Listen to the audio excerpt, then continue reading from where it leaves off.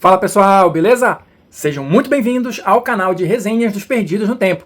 E hoje é dia de seguir adiante na nossa exploração do Alien RPG, publicado pela Free League e aqui no Brasil pela editora New Order. A gente está explorando aqui no canal capítulo a capítulo para tentar destacar para vocês o cenário, o sistema, enfim, tudo que for importante, relevante, para dar uma ideia geral de qual é a pegada, qual é a proposta do jogo para quem ainda não conhece, beleza?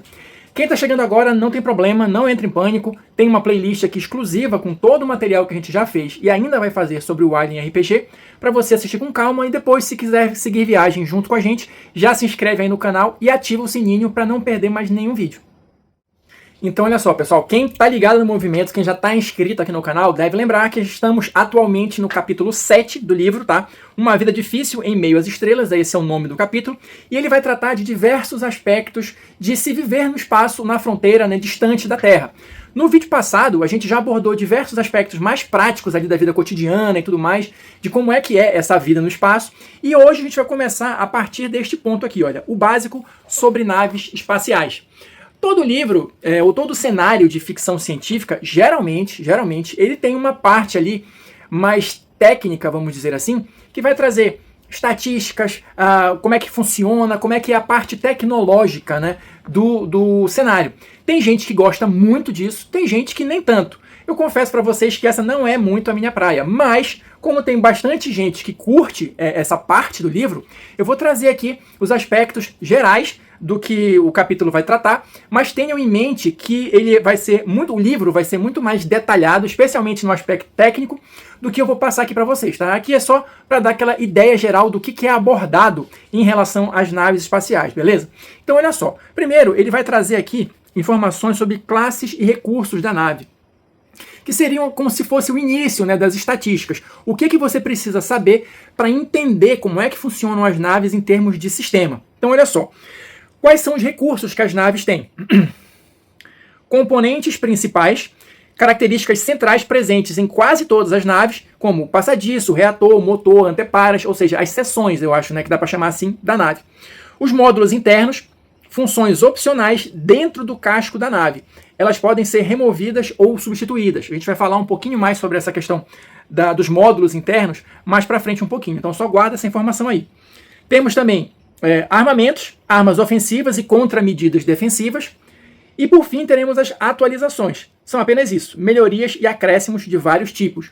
Ou seja, aqui nessa primeira parte do capítulo ele vai falar das classes que basicamente, né, vai estar relacionado com a questão do tamanho da nave, né, e com os principais recursos. Os recursos que basicamente toda a nave vai ter. E aqui, olha, a gente vai começar já tendo uma tabela que vai trazer justamente isso. As classes, essas primeiras estatísticas, né? Então, olha só, aqui vai ter a classe da nave, o tamanho e essas informações que eu falei aqui, né, de casco, de toda essa história, né, componentes principais, etc e tal. Em seguida, o que ele vai falar? Ele vai falar do viajando mais rápido que a luz. No vídeo passado, a gente comentou um pouquinho de como é que isso influencia os personagens, tá? Então agora, aqui nessa parte, o livro vai tratar de como é que isso se relaciona com a questão da nave. Ou seja, cálculo do tempo de viagem, quanto tempo, né, vocês vão demorar para chegar de um lugar para o outro usando a velocidade mais rápida que a luz.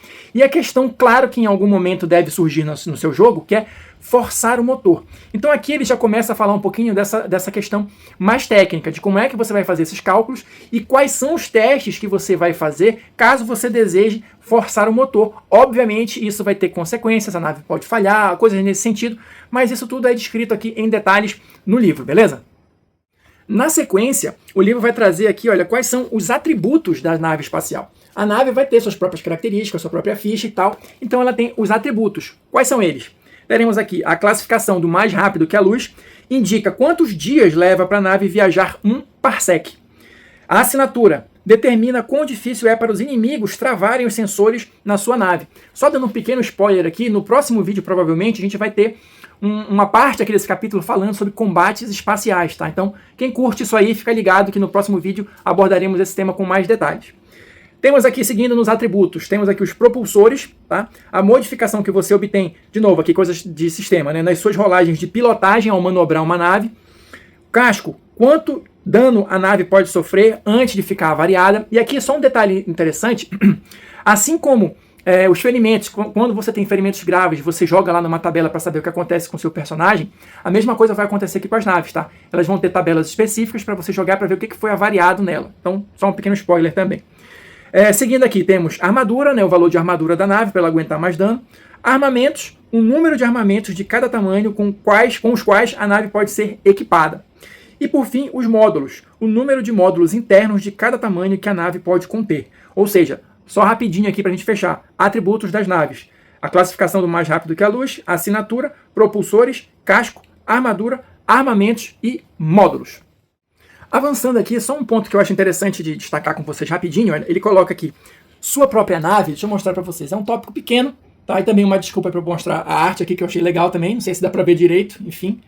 Mas qual é o lance aqui? De uma maneira geral, você não vai ser dono da nave em que você está, tá? Então, geralmente, as naves são de propriedade das grandes corporações ou são naves militares, mas existe também a possibilidade que o livro coloca aqui de você alugar uma nave.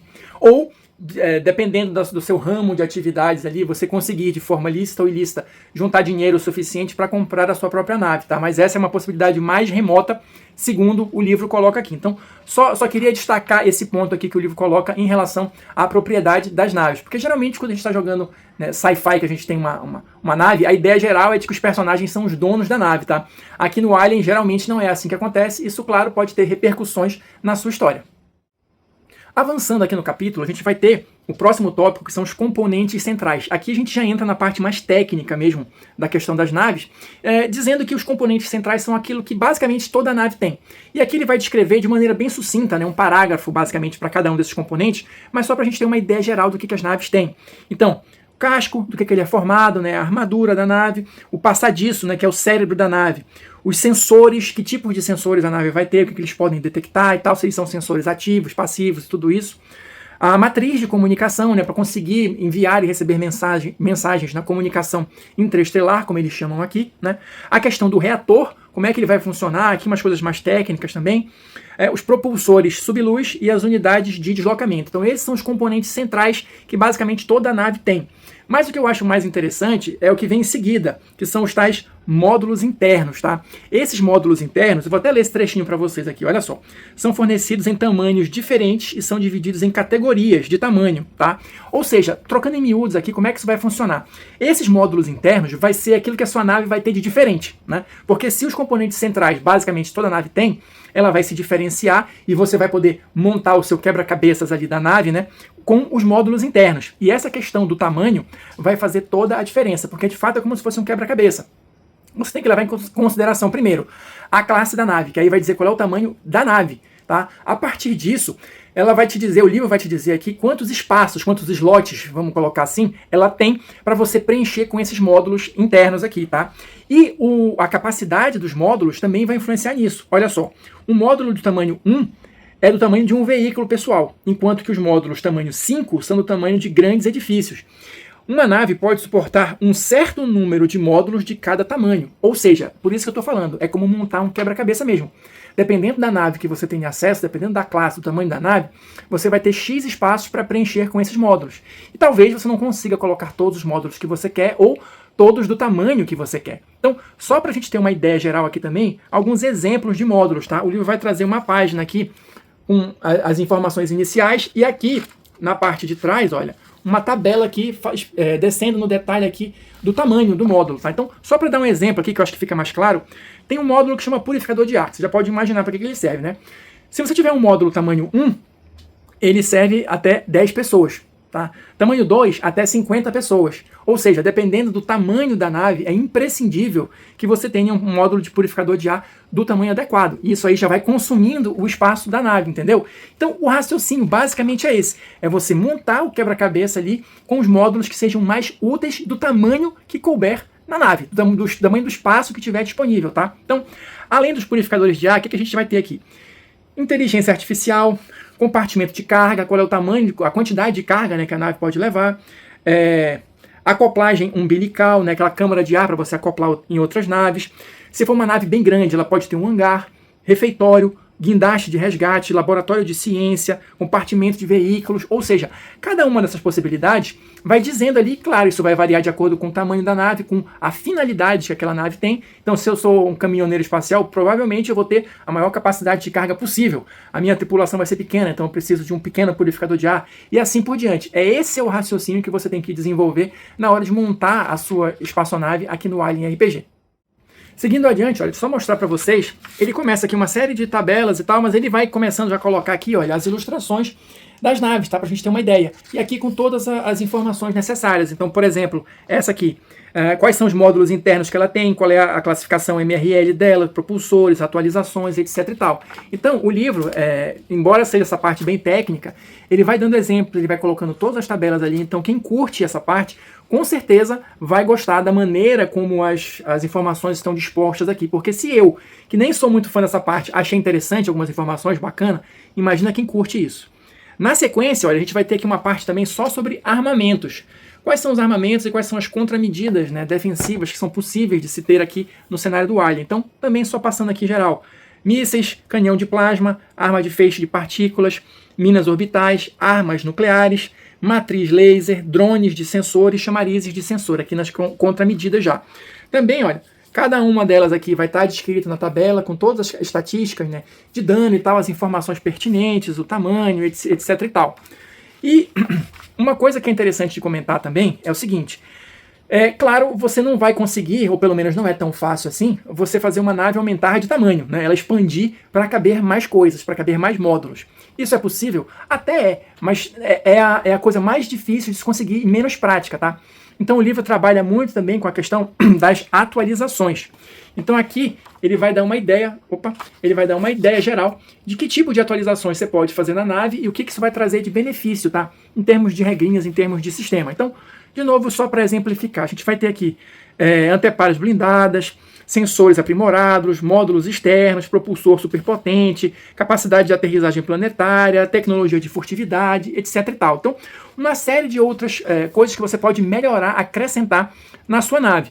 Lembrando, claro, talvez para mim a parte mais importante disso aqui, a manutenção periódica, tá? Como eu venho falando aqui nos vídeos, a questão da tecnologia aqui no cenário de Alien, ela é uma tecnologia meio precária, no sentido de que se você está muito distante das áreas centrais, é cada vez mais difícil você conseguir peças de reposição. Então é tudo meio remendado.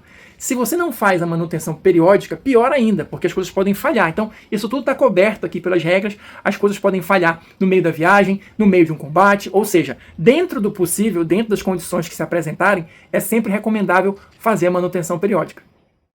E só para a gente finalizar aqui o vídeo e essa parte do capítulo, ele vai fechar aqui, olha, com um tópico de naves de 2183. Então vai ter aqui uma série de estatísticas e modelos de naves aqui no ano atual do cenário, né, para a gente ter uma ideia. Então olha só, várias páginas aqui com as estatísticas das naves e tal, né? A gente até falou no vídeo sobre equipamentos, né? Também tinham outras informações lá, então você pode combinar as duas coisas. Ó. Tem aqui mais uma ilustração de nave, essa aqui é até a famosa, olha, Nostromo, tá aqui. Então, de novo, quem curte essa parte, essa pegada mais técnica da tecnologia, eu acho que vai curtir essa sessão aqui do Alien RPG. Então é isso, pessoal. Vou ficando por aqui. Fechamos mais um vídeo de Alien RPG. No próximo, a gente vai encerrar aqui o capítulo 7 e vamos tratar, olha só, de combate espacial. Então quem curte aí essa pegada já fica ligado. Se não quiser perder o vídeo, se inscreve aí no canal, ativa o sininho, tá? Quem assistiu até agora, muito obrigado. Deixa aí o seu like, seu comentário e a gente se vê na próxima resenha.